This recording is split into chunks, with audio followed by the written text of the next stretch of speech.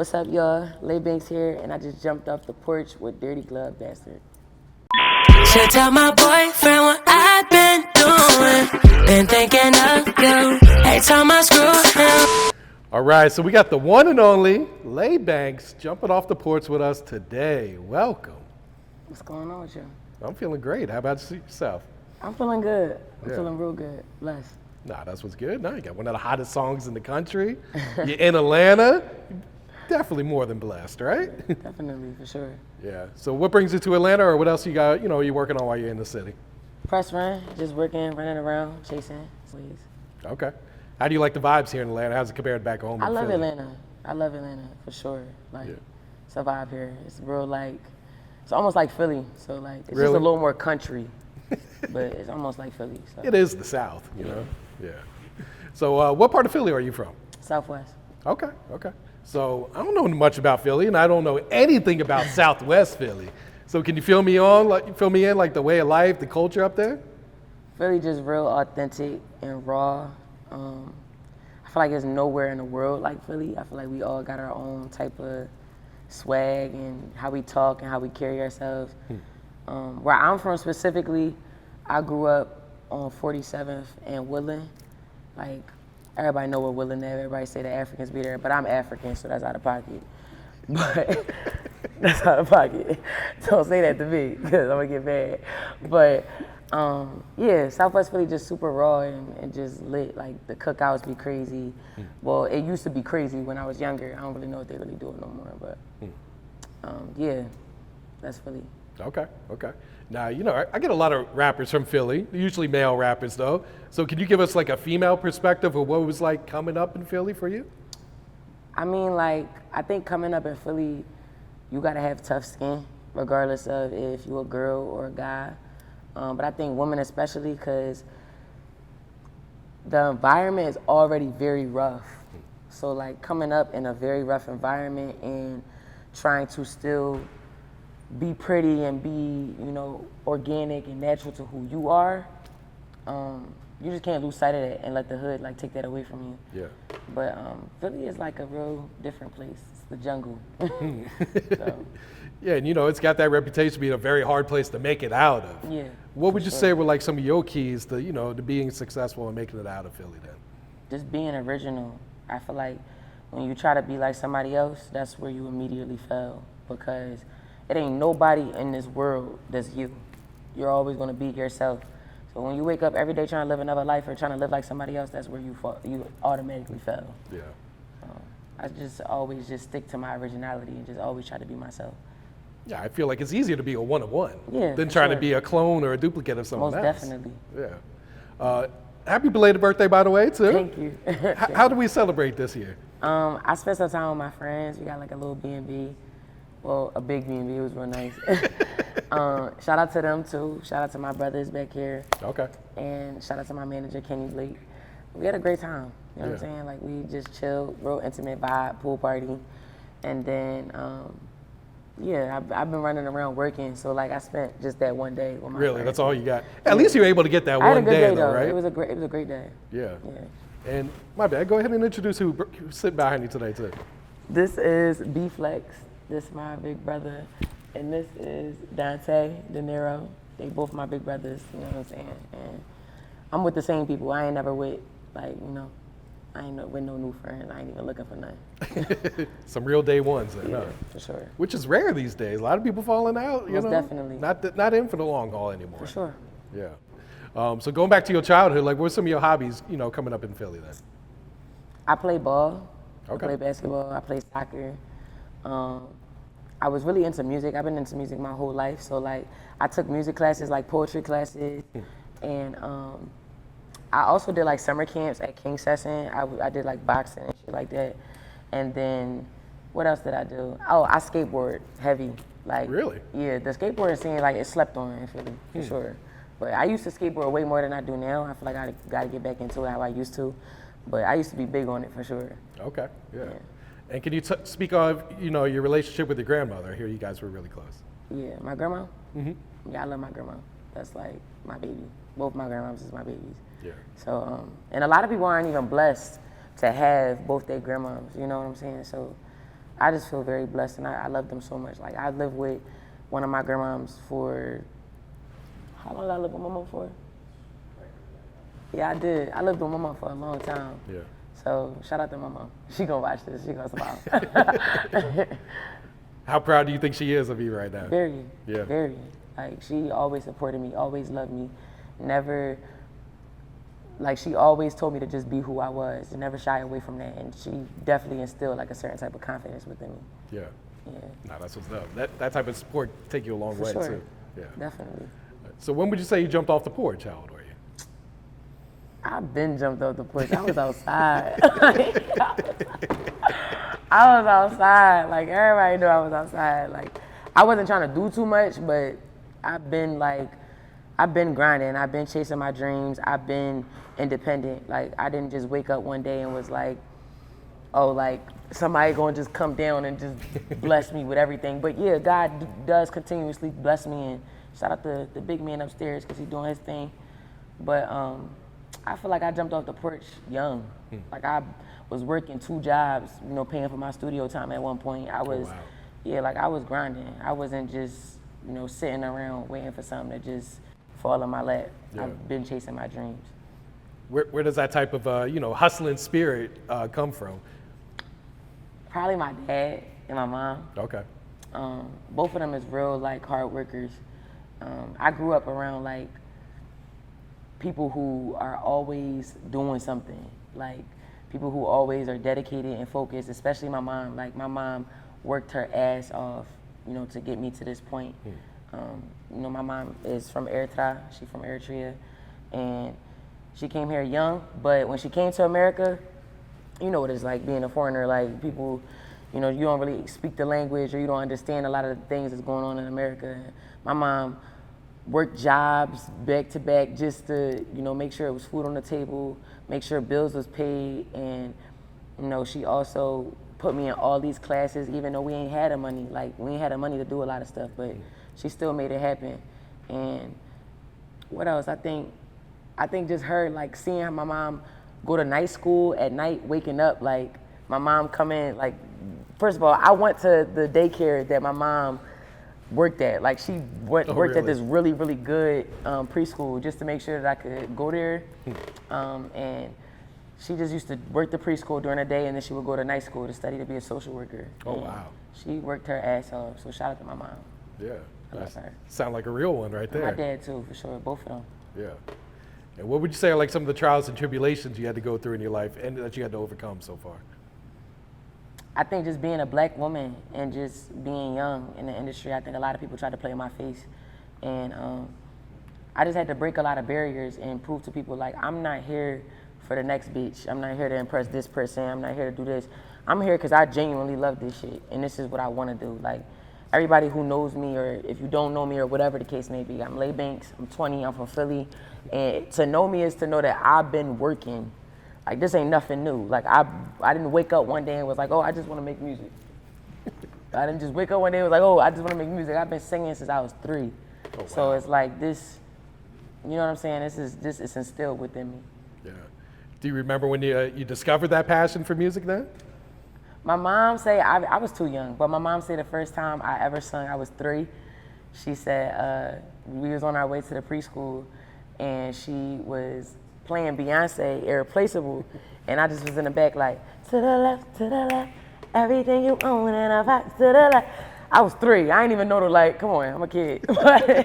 but she said that was the first time I ever sung, and I love Beyonce. So oh, wow. That makes sense. And do you remember when you realized, oh shit, I could actually really sing, I'm good at this?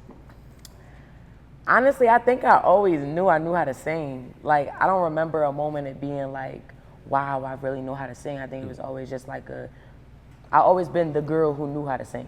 Like, whether it was in my family, whether it was at school, whether it was around in my neighborhood, like, everybody knew I knew how to sing. Yeah. But it wasn't like I don't know, like, I obviously I wasn't where I'm at now, but I still was a singer. I always been that. Just came natural to you, huh? For sure. Does anyone else in your family do music? No, I'm the only one. So how'd you get this gift? God was like, here you go, God right? just gave it to me. God gave it to me. But I mean, like, I think a couple people in my family, like my grandma could hold the tune. Okay. And You know, there's a couple people in my family that can sing. My brother think he can sing. That nigga can't sing for shit.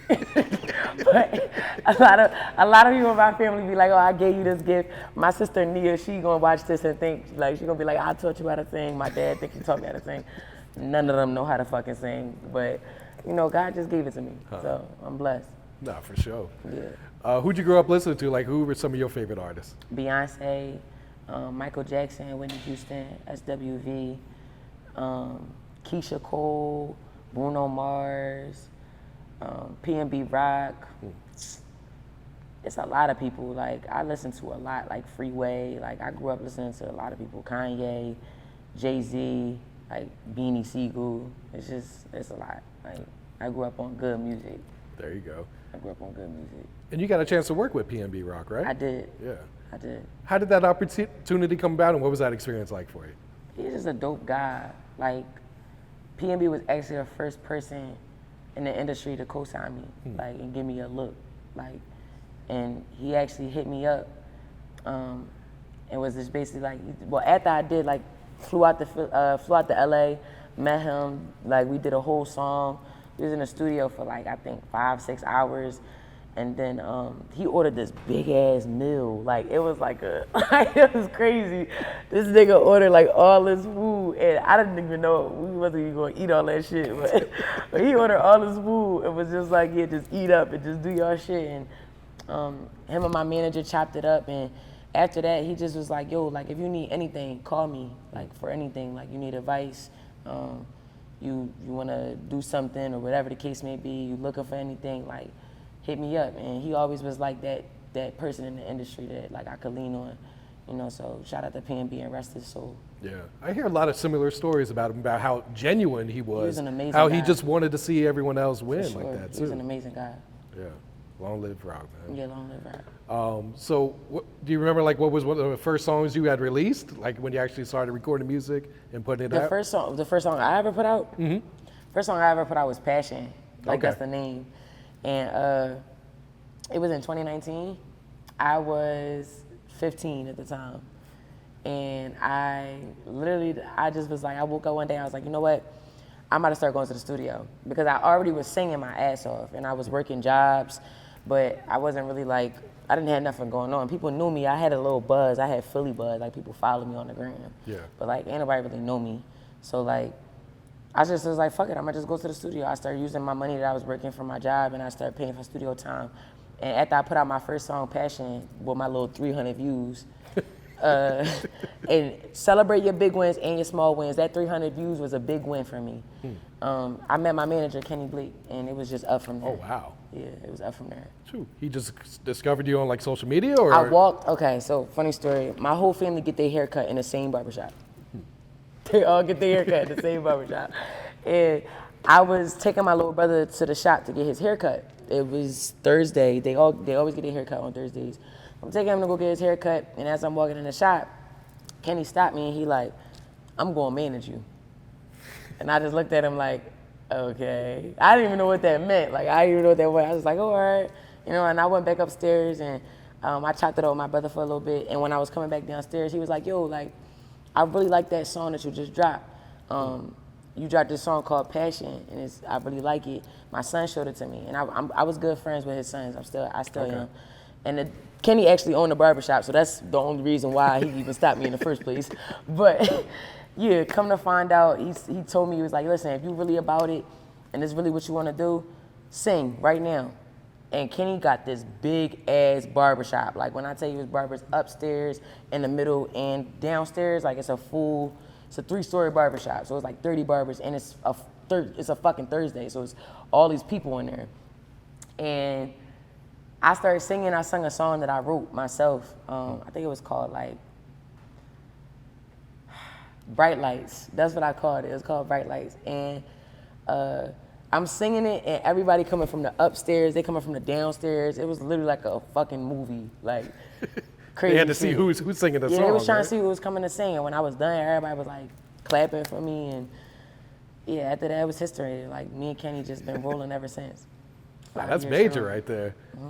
You know, get a management, you know, after a song with 300 views. Yeah, for Big sure. blessing right there. And a good manager at that. A lot of Yeah. these artists be having bullshit managers. Real shit. For I real. do not.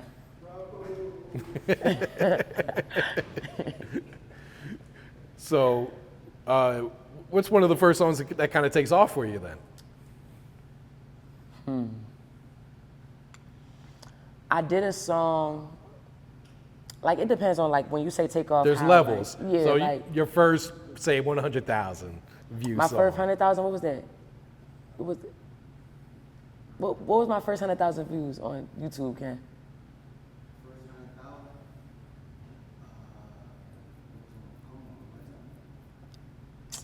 Cat, it wasn't Come On, it was No Tripping. Okay, that's You the know first what I'm one on saying? your channel. Yeah, I don't even know what's going on. It was No Tripping. No Tripping was my first 100K. And it was just a calm little like, yeah, it was a calm little vibe. Before that, I had did like little freestyles and shit for YouTube, and I did videos.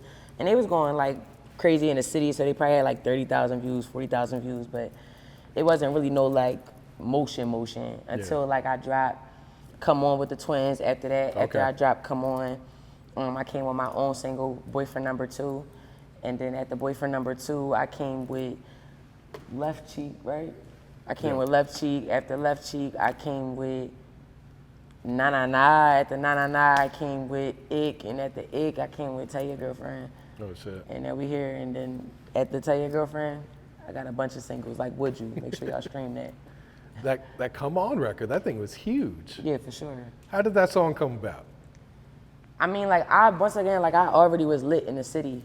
So when the Twins had made it, I was cool with them. They had called me and was like, yo, Lay, like, we just did this song. And I was lit on TikTok. I had like, I think 500,000 followers on TikTok at the time. Oh, wow. Yeah, I was turned. I had like Yeah. 500,000 on TikTok. I was in my senior year of high school. The song was kind of moving on TikTok, but it wasn't really moving. And they was like, yo, Lay, like, we got this song we think you'll be fire on. I was like, for sure, bro. Like, y'all my folks. Like, I'm gonna do it. So they sent it to me. I went to the studio, and I literally just freestyled it. Like, it took me 10 minutes to do the verse, and it was history. Like, after that, we went crazy. Yeah, I was reading the YouTube comments, and everyone's commenting on your part. Like, this girl's got some voice. Like, who is Lay Bankz? Yeah, that was crazy. Yeah. What was that time like, having that song blow up like it did? It was like, I think it was nuts because like, when you got motion, you think you got motion until your motion gets even more motioner. Whatever the fuck the word is for that. Like, you think you got motion until you really got motion, and then once you think you got motion, you really got motion, you get more motion, and you be like, oh shit, boom, I got motion. So like, I think like at the moment, I feel like I was just excited because I knew it was a time. Like, it was like something about to change, like something is about to happen after this moment. And I just kept grinding after that, like, and I kept having different moments after that. Yeah. Is this when labels really started to hit you up at that time? For sure. For sure. That's definitely when the labels came through. Yeah. Did that get overwhelming at all, or you just kind of have your management handle all No, that? I knew it was coming. Like, I stayed down for 3 years. I stayed down just grinding, taking music serious for 3 years. And then I was about to graduate high school, and everything was just moving kind of fast. My mom was like, listen, what you doing? You're going to college, you're making music. You're doing, like, if you're gonna do it, commit yourself. And by the grace of God, I got signed, like, literally almost right after I graduated. Oh, wow. Yeah. Yeah. So that was that. You signed with APG, right? Yeah. So why APG out of all the labels that was hitting you up? What made it seem like that was the right situation for you? I feel like they was committed to my artist development. Okay. I think at the time I didn't really understand a lot of shit, and I wasn't ready for a lot of shit. But they understood that it takes development, and I could see that in the team. I could see that in the people that was in that room when I walked in there, and I did the meeting, and everybody was just so excited and interested and engaged, and just tapped in with me. And shout out to Mike Karen too, because he got an amazing ear. Yeah. Got an amazing ear. Now, for other artists watching this, what would you say is like the main difference between being independent, doing everything yourself, and having a label behind you then? You cannot do everything by yourself. Like, it takes a village. You cannot do anything by yourself. I'm telling you right now. You can definitely get in the studio. You can definitely make a hot song, but you know how many people get a hot song and then they face don't stick to the song? Like people get hot songs and they just disappear. So it's like, it take a team. I feel like you gotta understand the value of people. Like a lot of people don't be appreciative enough and they don't understand that people matter. Like everybody matters and it's a lot that goes into getting anywhere, so. No, absolutely. And not saying that you can't be independent and you can't make shit happen, but even the people who independent got a team. Oh, absolutely. Best believe. Like a nigga who walking around just like fuck labels, fuck managers, fuck whatever. Where's that nigga at? Yeah, there's always a ceiling, right? It's like, yeah. Eventually you're gonna hit that ceiling where it's like, all right, sure. you can't get to that next level now. For sure. Yeah. So the song Left Cheek, like what was the inspiration for that song when you made it? Like what was he going through that day? Me and Derek Milano, shout out to Derek, we was locked in the studio. And I was, at the point in time, I think I was looking for records for my new project. I was working with the label to come up with like a project, my first project. And me and Derek was just vibing, like just freestyling on the mic. And we came up with the doot doot doot doot doot doot doot doot doot. Like we just was like mumbling and just creating melodies. And the concept really was just like ignoring the hate, ignoring like the bullshit. Cause I was going through a lot of hate at the time. Like if people was like trying to hate on me and, you know, I think breaking that barrier between like, I'm supposed to be here and I'm not supposed to be here. Fuck whoever thought I wasn't supposed to be here because I'm here. But I think that breaking that barrier and just having a tough skin to say fuck whatever anybody think about me, that was the space I was in at the time when I made that song. Yeah. Just turning the left cheek and just ignoring motherfuckers. But you know, I was also a kid, so Yeah. you know, I definitely grew up from then to now, and like the music definitely changed. But at that time, I was experiencing a lot of young shit. Yeah, I feel like every artist goes through that with the, whether it's online hate or online trolls, it's like, sure. you always want to clap back. For Like, sure. I feel like that's just human instinct. It's like, Yeah, but you gotta pick your battles. Yeah. Like a smart artist and a smart person is gonna pick their battles. That don't make you weak. That just mean like some shit just don't be worth it. A person who fight all the time got nothing to lose. Some real shit. yeah. And the people that's hating and trolling, they just looking for a reaction out of you anyway. Anybody who hating and trolling don't got a life. Like you sitting and you worried about the next person and what they got going on.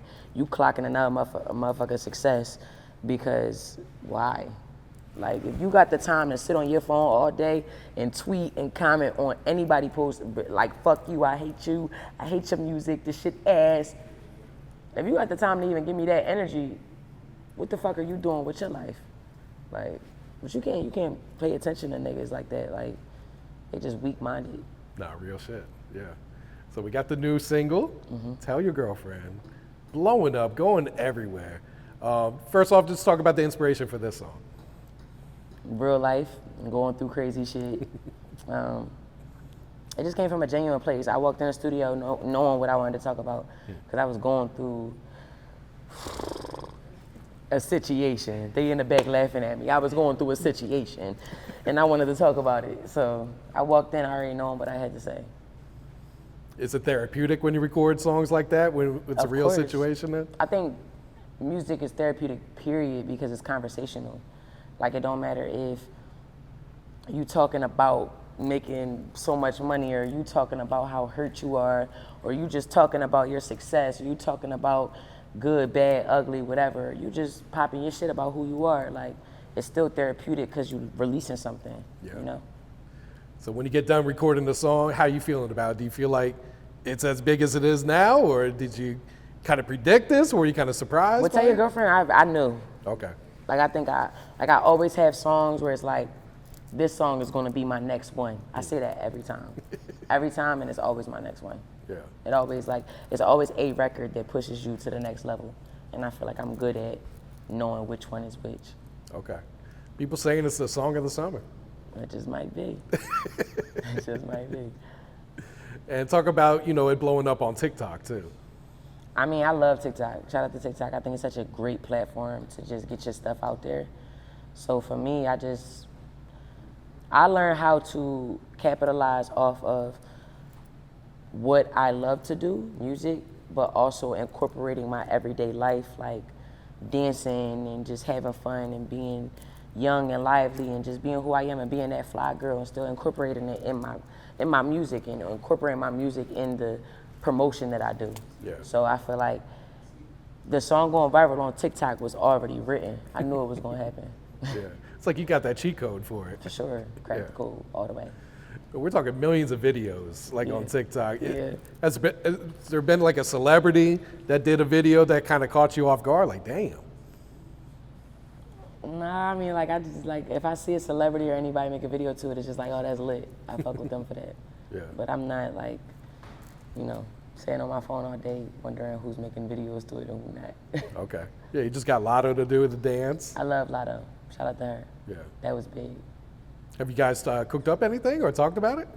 It's in the works. Okay. We trying to make some shit happen. The song debuts on Billboard as well. That's always a major accomplishment. For sure. Yeah. Do you feel like it's reached its peak, or this song can keep just getting bigger like- and bigger? This song could keep getting bigger. I feel like it's still people all around the world that haven't heard it. So it's just gonna keep growing. And it's not gonna stop. And that's what it is with singles. Like, you know, when you drop a fire ass single that's like hot and going crazy, like record just start going crazy on radio. So like if it's just starting to go crazy on radio, but people already knew the song, Yeah. like imagine what's gonna happen when it's playing everywhere around the whole entire world. Like it's just gonna get bigger and bigger. I believe in it too. Absolutely, yeah. Can I see my lip gloss? And how do you feel about remixes? Like, would you remix this song? Hell yeah. Hell yeah. I don't know who I would put on it though. Okay. I was going to say, we believe in the power of manifestation. I don't know who I would put on it, but whoever I put on it, they gotta come crazy. That's what I think. Well, yeah, the bar's been set so high already. It's like, Thank you. yeah. All right, so we got the new project, After 7. Talk about the title and the number 7. What does that mean to you? 7 is my number. I feel like it's gotten me through a lot, and I lost a lot, and 7 was there for me. And I mean that like figuratively and literally. Like every time I went through some crazy fucked up shit, or every time I was about to experience something really amazing in my life, or I'm entering a new era, I would see the number 7 repeatedly. I think both, actually. Both of them are right. Okay. Damn, why they got 2 words with the same letters? but yeah, I was just, anytime I was going through anything, I would see the number like constantly, and it really means to me divine timing, and that everything happens for a reason, and also that just my angels is looking after me and watching over me constantly. And the reason why the title of the project is After 7 is because after seeing 7 so many times, after 7, this is what comes about. And it's still the beginning of whatever is about to happen for me, but after 7, like 7 is a chapter in my life, you know what I'm saying? And people are still new to it, but it's still a chapter. I got you. And was this a project you took some time working on, or was this something you kind of? Definitely. Some of the records were like a year old. Some of them were like 6 months new. Some of them were like 2 years old. Like the records was like, it just was about figuring out which ones made the most sense. And whatever space I was in at the time, like the space that I was in, I wanted to be more vulnerable, and I wanted to give more of myself to my supporters, and even the people who didn't know me. I just wanted to show a different side of myself. So yeah, like creating the project was really just a process of just being honest and just like figuring out what fit and what didn't, what story I was trying to tell. Would you say that was a challenge for you to be so vulnerable in your music then? I think it was a challenge for me to share it, not to be vulnerable, because the vulnerable part is easy. Like, I mean, everybody got feelings, everybody go through shit, and for me, I've always had the strength of words. A lot of people tell me I'm good with my words, and I've always had the strength with just being honest. I'm very truthful about everything. So like, it took me a minute to figure out how to let people see that vulnerable side of me. But once I did, it was like, fuck it. Yeah. This is where I want to be. Okay. Did you get nervous at all, like before you dropped it, like that night of, or? I did.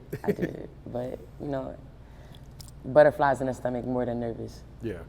Then once you see all that good feedback, it's like, yeah, I'm worried about this for no reason, right? It ain't even about the good feedback. I think it's more so about like the mental thing. Like, I do music not to impress people and not to like, I don't know, to like do it for clout or anything. I do music because like I'm passionate about it, and I'm doing it for the person who might hear my songs and feel the way that I'm feeling, but can't voice what they saying. Yeah. So that's what's the best part about it. Just knowing that people feel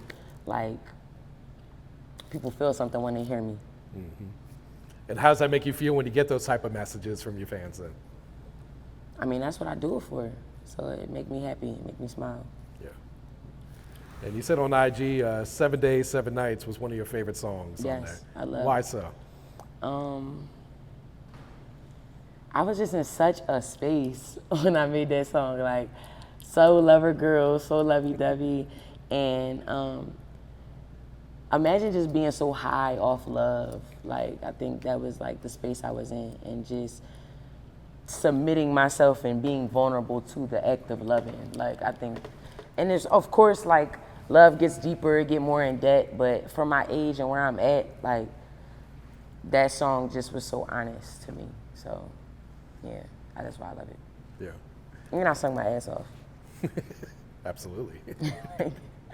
Talk about the other single, Would You? Like the inspiration for this one.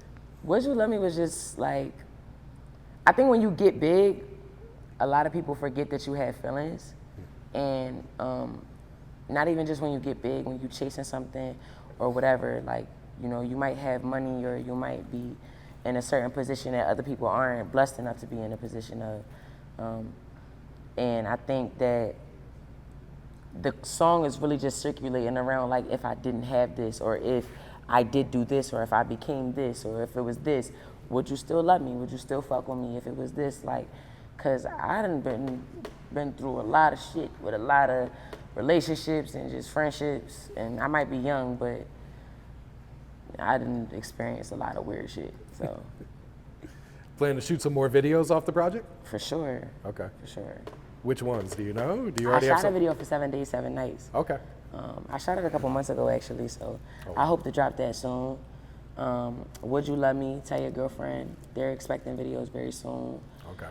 And I might do a little stuff in between that, just for the fun of it, but, you know, they coming. Yeah. Plans for a deluxe, or you just on to the next one? Not for this project. Okay. Not for this project. Definitely going to the next one, but it's a lot of good music on that project. So, like, take a deep dive, listen to my catalog, tap in, listen to After 7, listen to Now You See Me. It's old, but it's still relatively new because Ick is still going crazy. And yeah, like, the next project gonna be even better. I'm just growing, so. Yeah, how would you describe that growth as an artist, you know, these past, 5 years since you really started dropping music? Growing pains, for sure. Growing is like, it's kind of like you shedding old skin, and when you coming into who you're about to be versus leaving who you were behind. And that go for people, that go for experiences, that go for learning lessons and moving on from them lessons. Like, it's difficult, and I'm still learning how to say goodbye to a lot of shit and close certain chapters and close certain doors. But, you know, I'm young, and, you know, shit come with age and shit come with time. So Yeah. I think growing as an artist is just growing as a person. No, I like how you said that too, yeah. Thank you. So what's your thoughts on the music scene in Philly right now? It seems like a lot of talent coming out. For sure, for sure. There's a lot of people talented in Philly. I think Philly always had a lot of creativity in it, though. So, you know, people slept on the city for a while, but they watching now. They wide awake. Yeah, what I like about Philly is there's a lot of different vibes. For sure. Like, it's not just one certain sound that's coming out the city. Yeah, for sure. Yeah. Versatility. Yeah. Do you feel like there's a lot of unity amongst the artists in Philly, or is it just everyone doing their own thing? I think it's a mixture. Because, like I said, you got to have a certain type of tough skin to survive or even make it in Philly. So, like, when you lit, everybody want to, you know, but when you not lit, everybody like, so I think everybody doing their own thing, but it's still a certain type of level of respect. So like, you know, you might not fuck with what I'm doing or you might not get it, but you gotta respect it because I'm chasing just like you chasing. No, absolutely. And you just recently moved out to LA? I did. Yeah. How you like it so far? I love it. Yeah. I love it. Sure, it's a completely different vibe than Philly. Sure, it's cleaner. The air is nicer. Is it really? Isn't LA like have that reputation? It's always, you know, pollution I mean, the area and everything. I'm in, I feel good about where I'm at. So, you know, I'm even blessed to be able to be where I'm at. But I think it's all about preference too. I'm not out LA to be outside and be extra. I'm out LA to just work on my music and grind and chase. Like I'm not out here doing dumb shit. I'm out here focused. So. Yeah, I could imagine it's probably easier to focus when you're away from home, right? Hell yeah, for sure. A lot less distractions. For sure. Yeah. For sure. Now, I know you're young, but what's some advice you would share to the youth coming up right now today? Keep your head down and focus. Like, regardless of what somebody think about you, regardless of if you're getting discouraged, if you feel like shit not working out, if you believe in something, really fucking believe in it. If you half-ass believe in yourself, you'll only go halfway far. Wise words right there. I live by that. Yeah. So what's next for Bankz? Tour, hopefully. Okay. I got a lot of international shows coming up. Songs, singles, releasing another project coming out very soon. And yeah, I'm just working. So it's a lot of shit to look forward to. Like, Would You Love Me? I just dropped that and it's going crazy still, but I just gotta say it because, you know, motherfucker be like, oh, ick, or take her, or nah. But listen, trust me, y'all, there's levels to this shit. We growing, we moving up in the world. Yeah. So yeah, just keep streaming, keep listening to my music. I got a lot of shit coming. And what's some goals you got set for yourself, let's say long term? Like where do you see yourself in a few years? In a few years, I definitely want to have won a Grammy. I definitely want to have going on tour already. I want to have started writing for people. Okay. And I want to have signed at least one artist and one producer. You got your label set up already? It's in the works. Okay. It's in the works. But you can't put everybody, like, it's like you get to the top of the mountain and you reach down and you're trying to bring 6 people up. 6 people gonna pull you down. No, absolutely. So somebody said that to me, wise words. But, you know, that's coming eventually, hopefully. I'm blessed enough to be in a position to put other people on. For sure. And what's, you got any shout outs you'd like to give before you wrap it up here, Shout out to my team, shout out to my mom, my dad, my family, and just everybody who believed in me. Shout out to my bankers, for sure. Like, I would not be who I am or where I'm at if it wasn't for everybody that's been rocking with me for so long. So just big shout out to the people who really, really love and genuinely support me. All right, cool. That was really good. And shout out to Off the Porch, because I could not wait to do this. I could not wait to do this. Nah, shout out to you too, like. Thank you. Thank you. Thank you. Yeah. Should tell my boyfriend what I've been doing. Been thinking of you. Every time I screw him. And if you